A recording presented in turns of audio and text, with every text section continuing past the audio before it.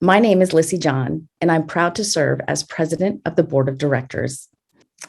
So to kick off, every year at this annual meeting, we share with you, our membership, how we're delivering on our mission to support individuals with disabilities and their families. And it's been another incredible year.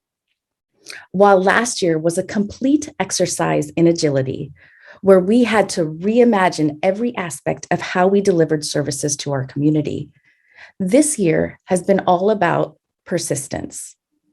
Taking the learnings from last year to master work in a new hybrid world, while continuing to evolve and expand our community support. We're persistent because you're forced to be persistent every single day, pandemic or not.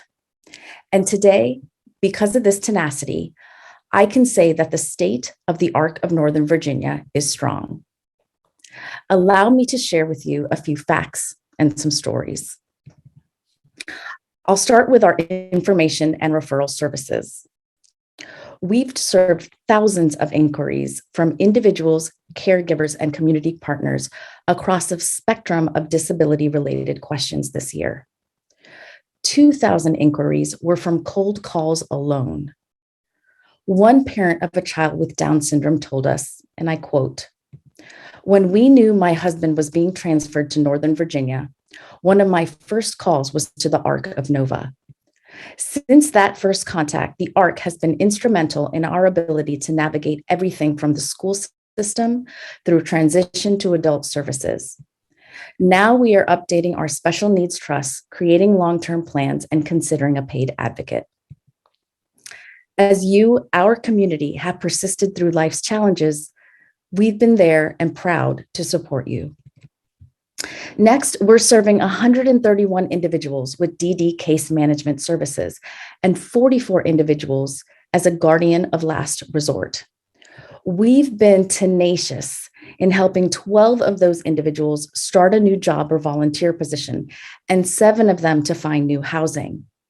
One of those people is Kathy, whose mother tragically passed away this year. Kathy was losing the only home she's ever known since she was 5 years old. And Kathy's case manager understood the impact of her mother's loss to Kathy's life. She not only helped her find a new home, but managed the entire transition process. Today, Kathy is surrounded by new friends in her new group home. She feels strong and supported, and we are so proud to have played a part in that. We've also continued strong delivery of our educational services. Our YouTube videos have received almost 23,000 views this year. Our online resource and transition point guides have received 2,000 views. And we've educated over 1,600 people through webinars, workshops, and lunch and learns. And we're innovating as we do it. For example, we've offered new and interesting supported decision-making programs to meet the community's growing interest in this topic. Our Tech for Independent Living program has notably expanded to 4 programs, supporting independence through technology and visual aids. Our 2 largest programs are TravelMate and EmployMate, which help individuals travel independently using public transportation and help individuals keep their jobs through visual support to understand new job tasks. We've trained almost 250 people and caregivers this year for greater than 1,000 people touched. One of our members is Tori, who is non-speaking and whose family had concerns about her ability to travel independently. After participating in our TravelMate training, Tori does now travel independently for her job and social activities. The family saves $500 a month, and Tori now sees more possibilities for her life than obstacles. But we also have 2 newer programs. SafetyMate helps individuals navigate interactions with law enforcement, and we're so excited to be in pilot phase with our first cohort. DailyMate supports people with their daily living activities. Our first prototype is complete, and we're ready to build it out further. Next, one of our innovative new growth areas involves our partnership with law enforcement and justice professionals. We've worked with Arlington County to implement our first multi-day training that teaches first responders and justice staff how to identify people with disabilities, and offered continuing education credits to attorneys, judges, police, and parole officers. We conducted a successful traffic stop training with Fairfax County Police, training our community to navigate police interactions and call 911. This program was so successful, it is now being expanded across every district in the county, and we've trained over 130 people so far. One parent told us, and I quote, "We went to Fairfax Oaks Police Station and the police officers were so nice. My son had a great experience. He's not afraid of the police anymore. Thanks for the great job you have done." With respect to advocacy, we are proud to be the preeminent thought partner on disability topics for candidates and elected officials. We've hosted 15 candidate forums this year across governor, Senate, and delegate races. We've met with 105 legislators and supported 59 bills and budget amendments. Our multi-year efforts are paying off. This year, we helped protect the increased waiver reimbursement rates passed in 2020. We helped win 495 new DD waivers to be budgeted for. We won $300,000 in supported decision-making funds and won a permanent extension for telehealth and virtual waiver services.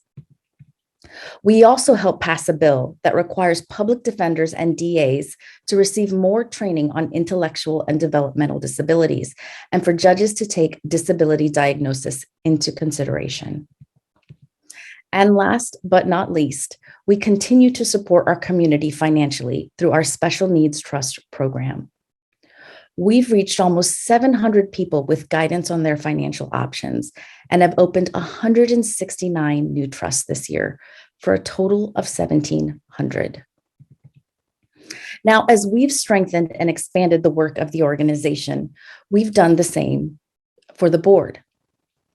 I can rattle off these numbers today because we've built our first performance dashboard, bringing critical data to how we are delivering on our mission. We've conducted a formal staff compensation study to inform the largest segment of our budget and ensure we're paying appropriately for our heroes' work. We've supported a significant cleanup of our member database and revamped our board training programs so new directors can hit the ground running. Today, we're excited to present a new slate of candidates for our board of directors to continue our mission. These leaders bring significant expertise in law, special ed, nonprofit management, and the private sector, and have deep relationships across Northern Virginia. This new board of directors will take us into a special year, one where we'll celebrate 60 years of service to the community.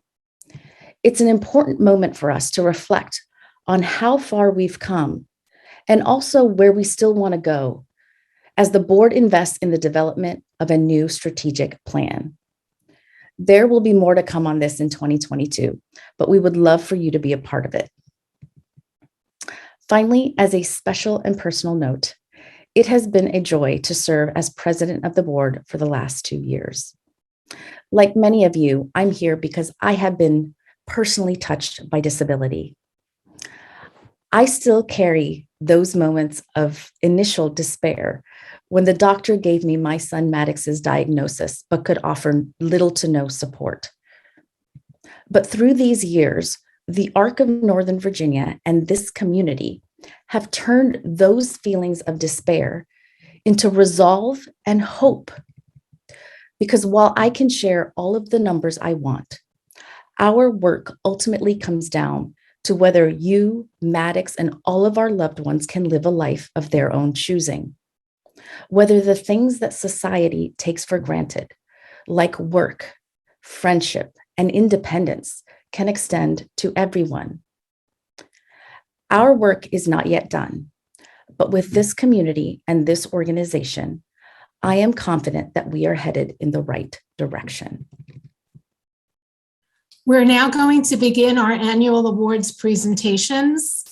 The Jessica Burmester Volunteer Award was created to honor the qualities of an individual or organization that gives of one's time, talents, and passion to support the Arc of Northern Virginia.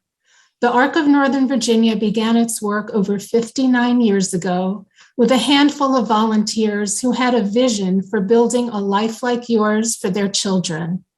Through the years, the Arc of Northern Virginia has greatly benefited from our volunteers, and our volunteers benefit from their experiences as well. This award is named for Jessica Burmester, a longtime volunteer and the 2001 award recipient. As many of you know, the Arc of Northern Virginia holds candidate forums featuring both incumbents and challengers who are running to represent parts of Northern Virginia or the state as a whole. The forums are an important opportunity for candidates to learn about disability issues and for people with disabilities and families to hear from the candidates. During this past year, all of the forums had to be moved online due to the pandemic. This was new for us, and we were faced with challenges as we figured out how to best run the events virtually and how to get the word out. Then, longtime advocacy contact Nancy Hemingway reached out to us out of the blue to say that she was working on growing her video skills and would be happy to make a promotional video for a candidate forum. It was an incredibly generous offer and just what we needed at just the right time. With almost no need for guidance from us, Nancy put together a lovely and engaging video where she pulled clips of the candidates speaking on relevant issues, along with a narrative about the work of the Arc of Northern Virginia and about the purpose of the forums. Then she made another video, and another, and another. Nancy's generous volunteer efforts meant that we had promotional videos for all of our spring 2021 candidate forums. Her efforts increased shares and engagement on our social media channels, as well as RSVPs for all of the events. She did all of this while running her own 501c3 nonprofit organization and navigating services for her own daughter with a disability. It is our pleasure to present the 2021 Jessica Burmester Volunteer Award to Nancy Hemingway. Nancy? I don't know what to say. I just appreciate the work that you all do so much. And it's really you all that deserve the award, but I really do appreciate it. And it's very lovely. Thank you so much. And I would be glad to keep volunteering for you. Thank you so much, Nancy. We are so grateful for your support and your continued interest in helping us. I'm just glad you all are there. I now would like to invite Judy Garth to present the Rusty Garth You Are the Change Advocacy Award. The Rusty Garth Award, the Rusty Garth You Are the Change Advocacy Award was created to honor the qualities of an individual or organization that supports the spirit of creating advocacy efforts that will last more than a lifetime. This evening, I am pleased to present this award to an individual who makes a significant difference to families in Arlington every year. Joyce Kelly is a coordinator of transition services with Arlington Public Schools and has been for many years. We first met Joyce more than 10 years ago when she came into the Arc of Northern Virginia office and began regularly attending workshops and lunch bunch information sessions to make sure she knew about resources outside of the school system. Sometimes she brought families with her, and sometimes she came alone. She always took copious notes, asked questions, and followed up. It was a joy when Joyce was in the audience because you knew beyond any doubt that what you shared would then go on to be shared with every family she met. Over the years, we've seen Joyce be the fiercest advocate, not only for her students, but for her neighbors, friends, people at her church, and anyone lucky enough to bump into her out in the world. Joyce is the kind of person who listens really well and who gets families comfortable talking to her. When she promises to help and follow up, you can rest assured that will happen. When a student is upset and not getting what they need, Joyce is the first to see their side and help them come up with a plan. When children in nursing homes aren't getting educational services, Joyce calls in her team to make sure that student is seen and heard. When a family cannot speak English and navigate resources, Joyce is right alongside them. We've lost count of the number of times Joyce has reached out to the ARC of Northern Virginia to ensure she is getting the best information there is to advocate for her students. They are all very lucky to have her in their lives. We are thrilled to honor Joyce's work and to celebrate what she has done for so many, and that we know that her work will continue into the future. It is our great pleasure to present the 2021 Rusty Garth You Are the Change Advocacy Award to Joyce Kelly. Thank you very much, Judy. And I have the award right here. This is just beautiful. I was fortunate to have known Rusty Garth, a man who spoke for so many overwhelmed as they tried to navigate the maze of all the possible programs that could offer their child a better quality of life. He was a master advocate, constantly encouraging all of us to do more. Rusty pushed hard to bring transition services to Arlington Public Schools and was probably the one most responsible for creating the position I was hired to fill in August 2020. I witnessed firsthand his determination, even when I was on the receiving end of a forceful but much needed reminder, find ways to meet the needs of our Arlington families. Rusty never gave up, and by his determination, his persistence, and knowledge, he taught us how all to be better advocates. I am humbled and honored to accept this award, knowing that so many others have been there and helped me achieve this recognition. My heartfelt thanks to those who helped me, and especially to Rusty. Let me close with one more thank you to the amazing staff at the ARC of Northern Virginia. You are always there, offering support for our families and answering my many calls for help. This is truly an honor. Thank you very much. My name is Lucy Beednell, and I'm the ARC of Northern Virginia's Director of Advocacy. We are so pleased to have with us this evening a panel of Fairfax County supervisors to share information both about their past work advocating for supports and services for people with intellectual and developmental disabilities and their perspectives and plans for the coming years.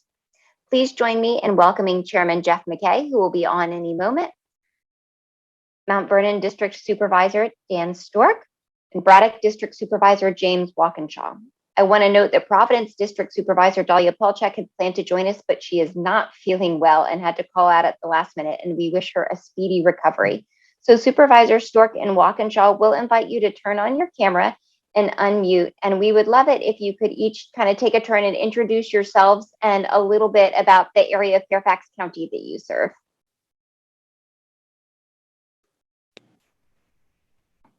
Thank you, Lucy. I'm happy to start.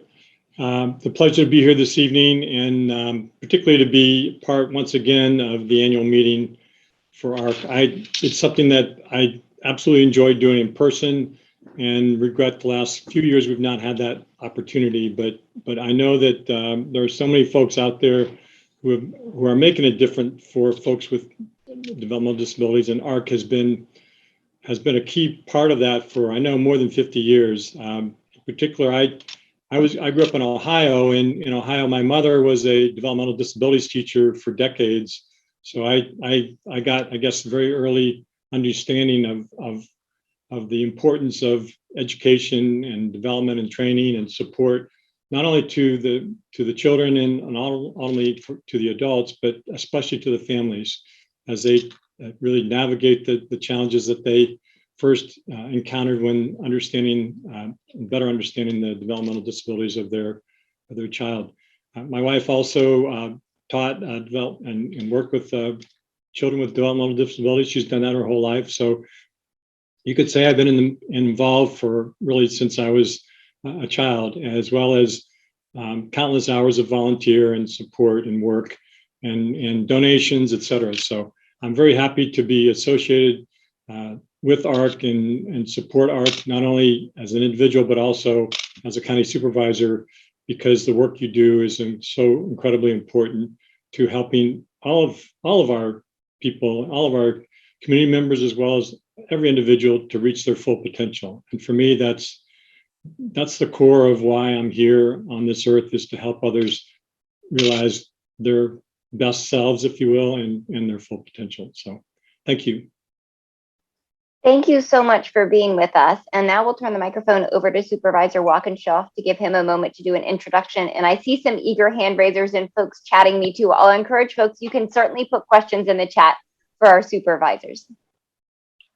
Yeah, thank you, Lucy. It's so great to see you and great to be with everyone. I mean, it's an honor for me always to be with the ARC. I'm in awe of the advocacy and the work that you all do, and you know, I want you to know each and every one of you are part of what I think is really one of the most powerful social and cultural and political movements of our time, and that's the disability rights movement. And I know that there are folks here who have been part of that movement for decades, and some of us have been part of it for years, and maybe some who are just starting today. But the work that you all have done to break down the social and cultural and political barriers to help people with disabilities live a life like everyone else is just really amazing. So thank you for doing that and for continuing to do it. I represent the Braddock District, which is central Fairfax County, including George Mason University and Northern Virginia Community College. This is such an important issue. And, you know, I had the opportunity probably about 5 years ago to be an assistant coach for a Special Olympics basketball team here in Fairfax County. And I know a little bit about some sports. Basketball is one I probably know the least about, but I did my best. But to see those kids out there enjoying the sport and enjoying each other, it really makes you realize how important it is that all of us work and fight and do everything we can to make sure that they have the opportunity to have all of those experiences, and that every child and adult in Fairfax County has a chance to reach their full potential on the basketball court, in the classroom, and in life. So I'm just honored to be here with you all tonight and look forward to answering your questions. I see we have Chairman McKay here with us now. Thank you so much for those opening remarks. And Chairman McKay, we'd love to turn the microphone over to you if you want to hop right into the hot seat here and introduce yourself. Sure, Lucy. Jeff McKay, Chairman of the Fairfax County Board of Supervisors, and glad to be with you tonight and apologize for being late. We are so excited to have you here. And without further ado, we'll launch into some questions that we have worked on based upon the very many questions that we get from our families over the course of the year. And thanks to our president, Lissy John, who mentioned those many thousands of inquiries and all the fun ways that they come to us and how families teach us what they need. So Fairfax really has been a statewide leader on issues of disability and the intersection with the justice system, including things like rolling out Diversion First, being a pilot location for the Marcus Alert System. And we would love to hear a little bit about plans for the future of the county to ensure that we're keeping both people with disabilities and our first responders safe, since we know we're not quite at perfection just yet.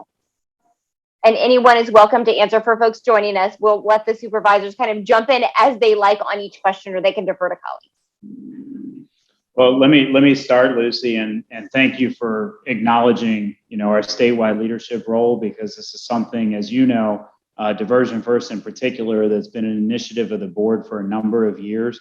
And when we began that initiative, we knew that we would have to build on it year after year after year, and that it would evolve over time and improve service delivery and help people, frankly, who shouldn't be in our justice system, help divert them into treatment programs. And we've had tremendous success, as you know and acknowledge. But we also know that in order to be that statewide leader and continue to be that leader, we have to continue to evolve. And so obviously, we paid close attention to the Marcus Alert legislation in Richmond. We know that, we're going to have to continue to CIT train every one of our first responders. And we've made a good dent in that, but we know that we're not going to be happy until we have CIT training much broader than we have now. We know that we have to make sure that we connect our first responders with people who can help in a co-response mechanism, so that not only are we diverting people once they have intersected with law enforcement, but in some cases, we want to make sure that the call for service and the response is a co-responder model in cases that make sense, with people who are clinicians and are trained, as well as people who have law enforcement background. And I think it's fair to say that, most people in our public safety offices have cursory knowledge about how to handle these cases, but that's not what their principal training is for. And we know that in a lot of cases, that first intersection with someone when there is a crisis, if that person is a clinician or someone trained to deal with a crisis intervention outside of a law enforcement environment, that they're the appropriate person to be on site. And so I see the evolution of this for us being keeping our Diversion First program intact, continuing to expand upon it, but also the next big step for us is taking what we learned from the co-responder pilot and putting into practice much broader in the county. And as you know, we've begun conversations about what that might look like, and how we can begin to deploy that in a much more robust way than we do now. Thank you. And I'll invite Supervisors Block and John Stewart to jump in. Sure. One thing I'll add to that, Lucy, is just a shout out to the ARC and to, I know, our at-large school board member, Rashma Sizemore-Heiser, has been a big advocate of this, and our police chief and our police department for the practice police stops that they've been doing at district stations across the county, helping police officers and people with disabilities practice those stops in a low stress, low stakes situation. We know those can be really stressful and dangerous situations. So it's been an incredible effort to do that in the midst of the pandemic here. To still pull it off is really a testament to everyone involved. So thank you and the ARC for being involved in that. Thank you. That's our pleasure. I don't know if I have anything to add. I think they've really covered the work that we've been doing. The only thing I would add, maybe more broadly, is that we recognize the confluence of different developmental issues, some with varying degrees of physical and mental health and disabilities issues. And I think we see all of those things, particularly we see with folks with Asperger's and on the autism spectrum, and how those all affect, frankly, what they do and how they interact with others. And so that's what you're seeing the county understanding far better than we did probably even a decade ago, and why these things are being implemented. And I think our county is in the forefront of this. When we've had situations that have, I think, challenged us, we've responded with, frankly, a deep study, reports, and then follow up with ordinances and changing our how we respond, whether it's be use of force, because we've made a lot of changes in that, or use of other kinds of interventions. And of course, you heard about the intervention models that we're looking at that'll involve so many different players: mental health, physical health, police and public safety, fire, medics, et cetera. So. Thank you all. I'll jump us into our next question here, which is about Project Lifesaver. I saw a prompt in the chat about this that folks have been asking me about a lot this year. So Project Lifesaver, for folks who don't know, is a national program, and it uses tracking bracelets on folks with disabilities, and that's all kinds of disabilities. I think the primary users are actually folks with Alzheimer's and dementia, but of course also folks with developmental disabilities who either have a history of wandering or eloping. An absolutely fantastic track record for recovery of individuals with disabilities wearing the devices. All over Northern Virginia, all over the state, really, this is used, but Fairfax is the only jurisdiction in Northern Virginia with a significant waiting list for the program. And we would love your thoughts on how we make sure that the folks who are waiting for this program are able to get supports as quickly as possible, knowing that we've got folks who are already at risk at the time that they reach out to get help. I'm happy to start again, Lucy. I think you described the challenge quite well. For those who don't know, first, I have first-hand experience with Project Lifesaver with the Sheriff's Office, and a lot of people don't realize that this program is housed in our Sheriff's Office. And so there's two compounding problems that are causing the wait list. One is, while it is a national program, it relies on funding from corporate and private donations. And so that's always a challenge and a shortcoming. That doesn't mean that we couldn't enhance it with county funding, which is kind of the end of what I wanted to say that we're going to look at. But the other problem is with it being housed in the Sheriff's Office, and they do an amazing job. They took this on voluntarily. Many years ago, it has literally saved some lives of people that I've met that have been located as a result of it. But, one of the challenges of being in the Sheriff's Office is, of course, they're stretched very thin. They don't get very much state funding to help pay for their operations. And obviously, like many employment sectors right now in the country, there's significant staffing shortages and trying to recruit people into the Sheriff's Office. And so we've had conversations about, how much civilian work can be assigned to the Project Lifesaver program, and then also whether or not it makes sense to augment the corporate and private donations that they receive with a more steady flow of public funding. And so we're in the process of looking at that. We do want to make sure if we put public funding into this, that from a technological standpoint, it still is the best option, cost-effective option available to us. And if we do put county funding in it, there'll need to be some additional staffing and a transition period. So we're looking at that right now. I'm concerned about the waiting list. Frankly, anyone who wants to enroll in this program should be able to, but those are some of the challenges that we're facing right now that we're doing a deep dive into.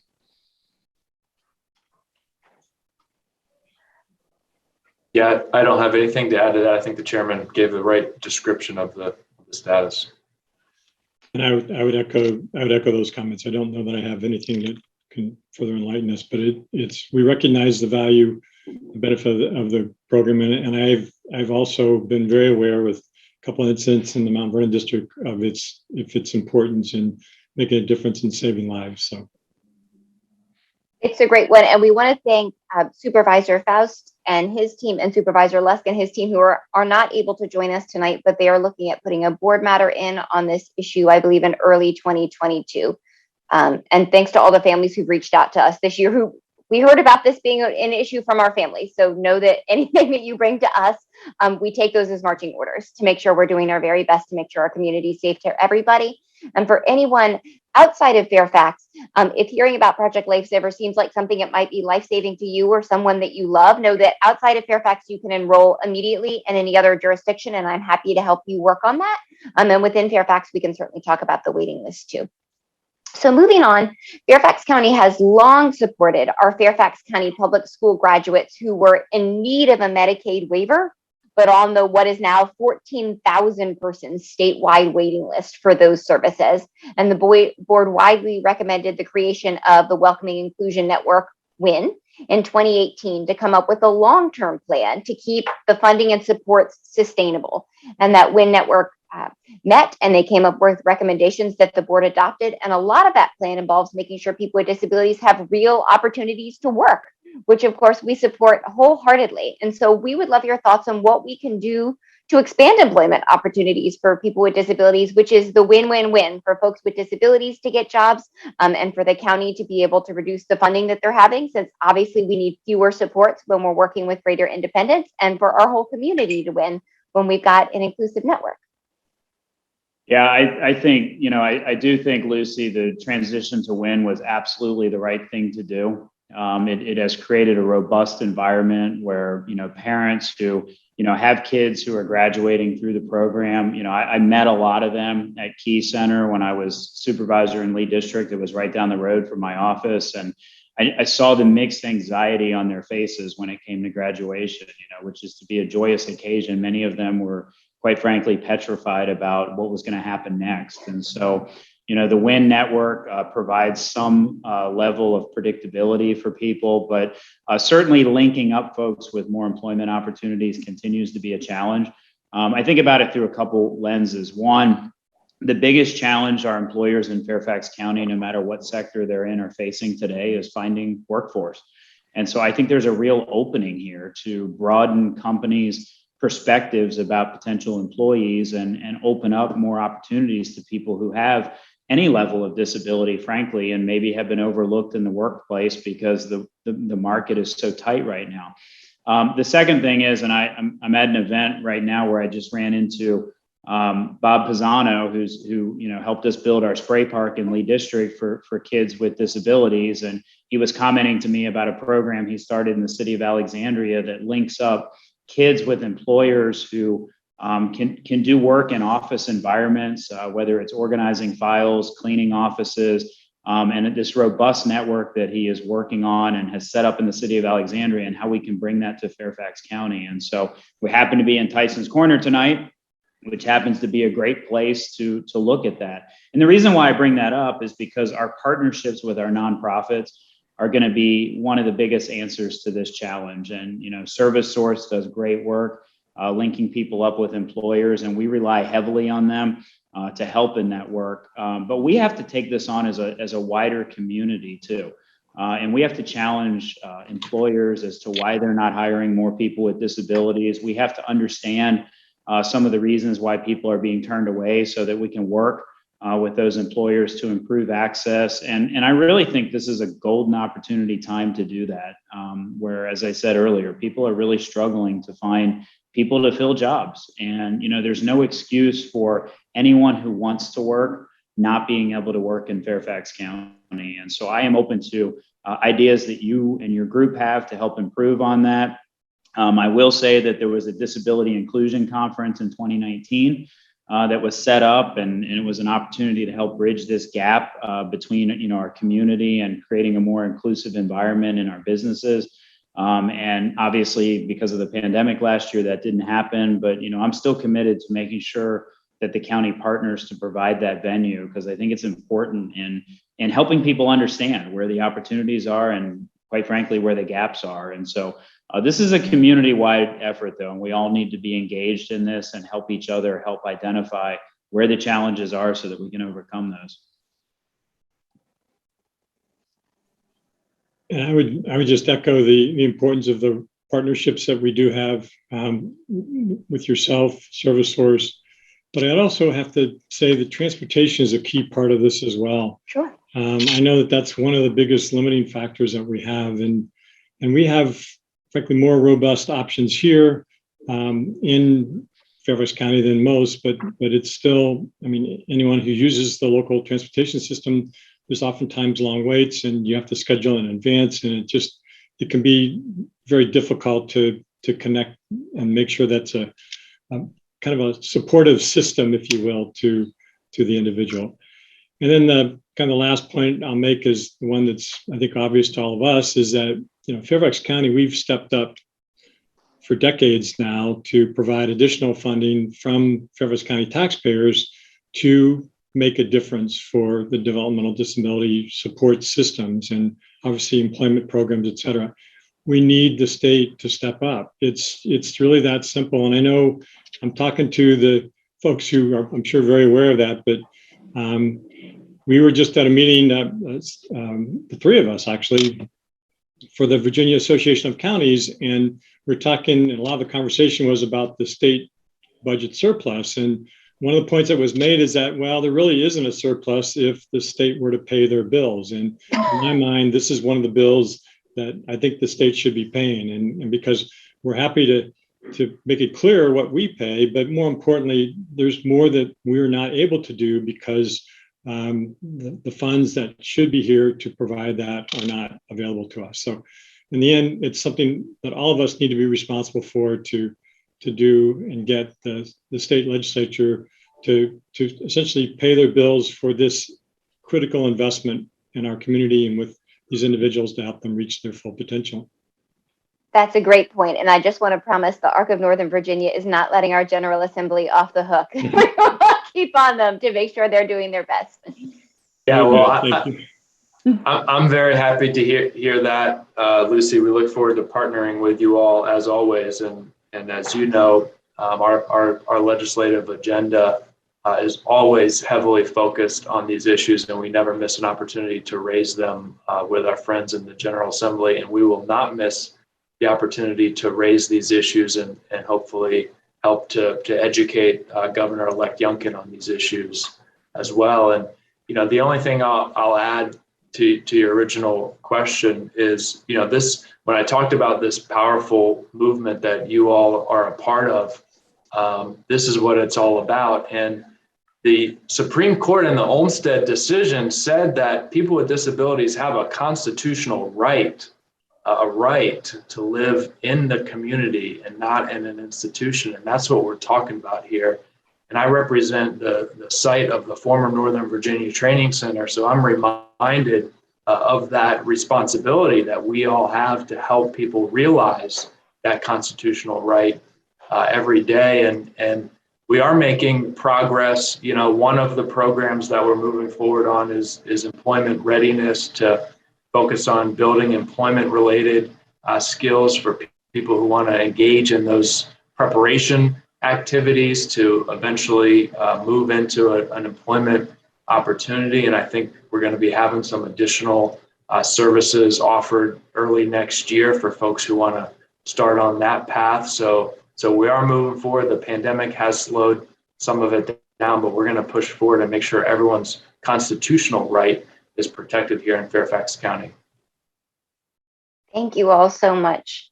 So one of the next things we wanted to ask about is that people with disabilities really struggle to find caregivers, and the role of a caregiver often falls to parents and other family members who, of course, have their own jobs and obligations, which can result in families leaving the workforce, unsurprisingly.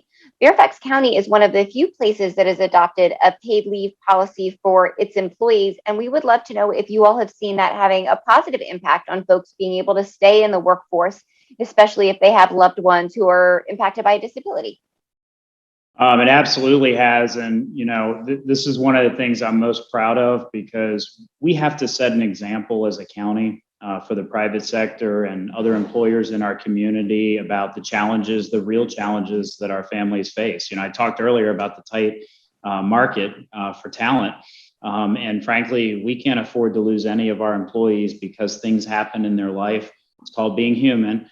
That they can't control. And so just to give you an idea, between October 1st of 2020 and November 5th of 2021, there were 368,960 hours of paid family leave used by our county employees. That is amazing. Almost 370,000 hours in a 1-year period of time. And what that shows you is, the challenges that our families in Fairfax County have faced over the last year. And we know those have been particularly acute given the pandemic, but those are also normal, normal families. I have this challenge with my own, balancing, taking care of our kids, taking care of elderly parents. There's a sandwich generation here. There's a lot of pieces of this that we need to be concerned about. But most importantly, you can't retain your employees in this market unless you realize that they have a home life, a personal life, and you accommodate them. And so I'm very proud of what we did. It causes some operational issues from time to time in the county, for sure, but those are nothing compared to the benefits that our employees get and the pressure that we put on other employers to follow our model and recognize that family and medical leave is a necessity in today's environment. It creates a family-friendly workforce, and it makes people value their employer even more. And so the small prices we've paid operationally have been way more than offset by the benefit that our employees have taken, and frankly, the better work that they do as a result of working for an employer that appreciates them. I think the other thing to add to this is the importance of reducing isolation. So having these policies gives families more flexibility about how they can engage or not engage, the different kinds of services that might be necessary. But more importantly, and this is, I'm not a parent of a developmentally disabled child or having those kinds of challenges. So I've not had to live that, but I also know a number of folks have met and talked with a number of folks about the huge difficulties associated with trying to provide the support as well as the enrichment and the engagement and frankly the opportunities to keep growing, keep that individual, help that individual to keep growing. And anything we can do that provides a little bit more flexibility to that family, to folks who are working with us, I think is a win. We know that it may not show up, directly in what the outcome is in Fairfax County, but I deeply believe that it shows up in the outcomes of other members of that family that can be supported and hopefully encouraged to enable them to work on the things that they need to work on that may not have the same options or benefits. Yeah, the only thing I would, Chairman McKay and Supervisor Stork are both articulated it very well. I think for us as a county, the paid leave policy is a reflection of our values and what we care about. And Chairman McKay pointed out the truth that sometimes it does create some operational challenges, but we do it nonetheless because we value children, because we value families, because we value our older residents, because we value people with disabilities and the care that all of those groups need from time to time, because we value families. And the work will get done when the work gets done, but we know the issues that are going on at home have to be dealt with that day. So it's a reflection of our values. And I also would add another thing that we will be advocating for in Richmond, as we have for many years, is a living wage for caregivers. Mm-hmm. We'll be advocating for the restoration of respite hours, which were reduced during the recession in 2011 and have not been restored by the General Assembly, something that so many of our families desperately need restored. And we've seen that especially during the pandemic. So we're going to be advocating for the restoration of those hours in the General Assembly this year. Folks at home, you won't believe I didn't plant this next question, but those are the questions that we sent to the supervisors advance. A lot of you sent questions into us, and the next one I was going to ask dovetails perfectly with Supervisor Walkinshaw's comment. And we had a family ask if the lobbyist or lobbyists that Fairfax uses for the General Assembly, can they spend time on the kinds of issues that we're talking about? And you've already addressed some of those. So the caregiver leave and respite, are there other issues that we expect Fairfax to be pushing hard on with our General Assembly as they go into session in January? Yeah, and I chair the legislative committee, and Chairman McKay chaired it before me, so I'm sure he'll want to add to this. And not only do we focus on these issues, but we have a dedicated lobbyist in Richmond who focuses almost entirely on this set of issues and other human services issues. So it is our top priority when we're down in Richmond. And in addition to what I talked about, a living wage for caregivers and the respite hours, we also will continue to advocate for automatic rate increases for Medicaid waivers and the Northern Virginia differential. And we know that gap between the rates and what it actually costs to provide care in Northern Virginia has always been there. And it's even larger now, given the kind of job market that we're in. So the General Assembly is going to have to address that. And obviously, the big one is the Medicaid waivers and developmental disability waivers. And I think the wait list right now for FY22 is 829 families just in Fairfax County, which is about a quarter of the statewide wait list. That's just on priority one. So we're going to be, as we always are, urging the General Assembly to address that. And they made some progress in recent years. And, I think on the bright side this year, the state has what they're calling record surpluses. As Supervisor Stork pointed out, those are surpluses on the backs of local governments who are funding unfunded services, but nonetheless, they do have more money than they've had in the past. On the negative side of the ledger, we should be honest with each other that the governor-elect did run on a platform of eliminating several taxes that provide significant amounts of revenue, and the effect that could have in the out years, I think, is something that we should be concerned about, and advocating for any revenue that's taken away by elimination of a tax or reduction of a tax is replaced, because all of this stuff that we're talking about here takes money, and tax cuts alone aren't going to get it done. I'm sure Chairman McKay has been working on these issues for a long time, has something to add to that. Well, actually, James, you framed it perfectly well. The only thing I would say is, this chronic state underfunding of local governments has taken place for a very long time. One of the things we realized many, many years ago is that we needed to have full-time lobbyists in Richmond. And just on the face of that, it's concerning to all of us that even needs to happen. But the reality is we have the most robust team of any jurisdiction in Virginia and Richmond working on these issues. And they don't just work on the issues during session.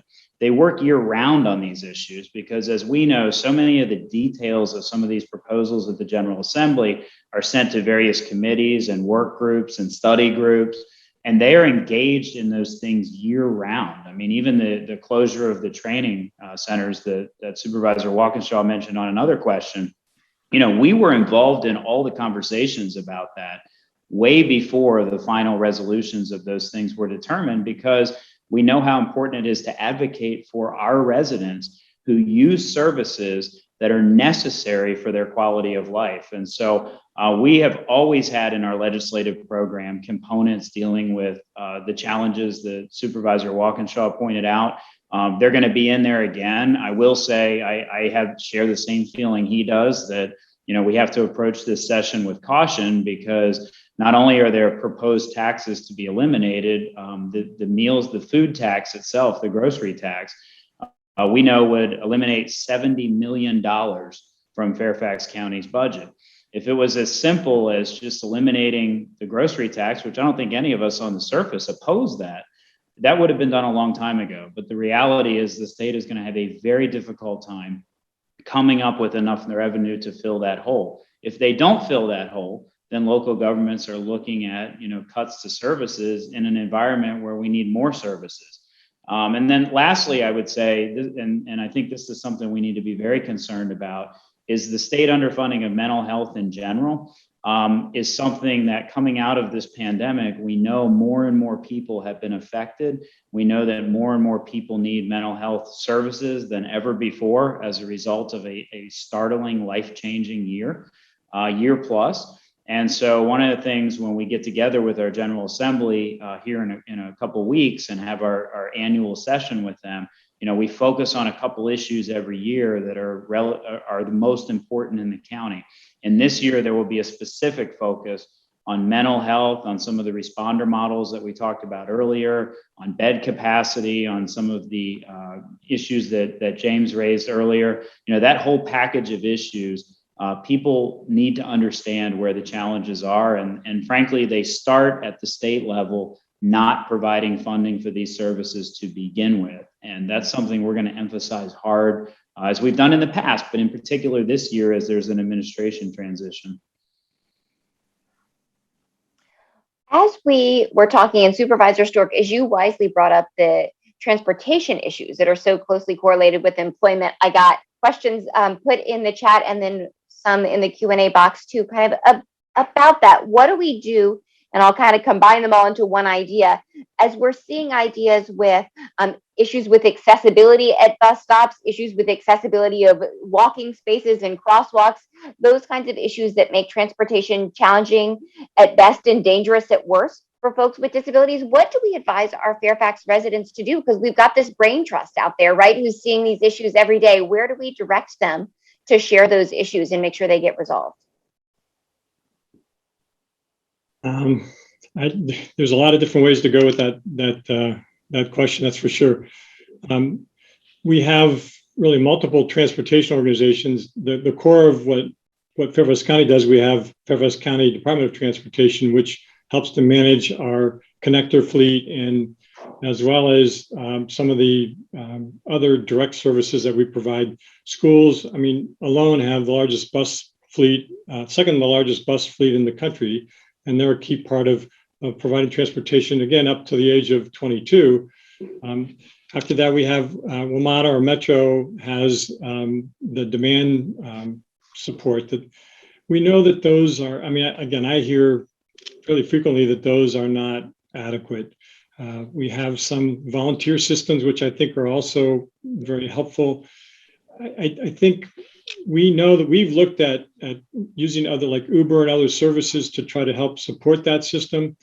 We've looked at maybe that being a more economical way. I know that those looks have not produced a change on our part. We've looked at what others are doing and how they've approached it, because in the end, it's about cost. How do you afford to provide the amount and the need, and do that in a way that the county can ultimately support and afford?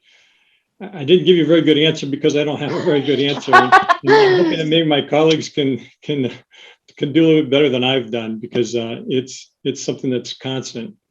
Well, I do want to give some hope. I don't disagree with anything Supervisor Stork said. He's right. It's a challenge. But I grew up in this county at a time where there was almost no accessibility, at least where I grew up. And so the idea that, we've had generations of land use and planning that allowed subdivisions to be built without even putting in sidewalks, thankfully, is something far, far behind us. And so part of the answer to this question is also found in land use planning. And we know that if you build affordable units in transit-oriented environments, that there's a real accessibility benefit to that opens up a new world of opportunity for people. And so, the fact that we are thinking about transit-oriented development in relationship to accessibility, and where we've done this successfully, and we have in a number of places in the county, it gives me hope moving forward. The other piece of this is that at our last board meeting, we approved an active transportation plan in the county, which is pretty radical, but also not radical at all. And what it really says, in essence, is we need to focus on moving people and not just moving cars. And for too long, our landscapes, our land use, our development patterns, our communities have been built around, first and foremost, moving cars. And if you do that, you inherently create an unsafe environment for pedestrians and certainly people with disabilities. And so we have invested hundreds of millions of dollars in ADA improvements in cooperation with VDOT across the county. But long term, there are some planning and land use answers to this challenge too. And it starts with recognizing that we need to move people and not just cars. And then how do you put equitable resources into pedestrian improvements, transit improvements on par with roads? And that's going to be a necessary thing as we move forward in Fairfax County. I use the chairman too, because he did a great job of summarizing really the many things we have going on. So thank you, Jeff. Sure. Just to add on to the chairman's comments, he and I were at a groundbreaking. We broke ground today on a new multimodal parking garage and transit center very close to the government center. And as part of that project, in addition to providing access to buses and bicycle access to the facility, we're also making a series of pedestrian improvements to the surrounding intersections. And one of those improvements is installing accessible pedestrian signals. So signals with non-visual cues, so folks can safely cross the intersections and get to the facility. So it's small things like that are taking place, maybe below the radar a little bit around the county, but we are incorporating that principle of accessibility into every new project that we make in Fairfax County. I just want to thank our supervisors and Chairman McKay so very much. I want to thank everyone else who joined us tonight for our 2021 annual meeting, either live or watching the recording later. We hope you all stay safe, happy, and healthy. We look forward to talking with you in the future, and have a great evening. Thank you all. Thank you.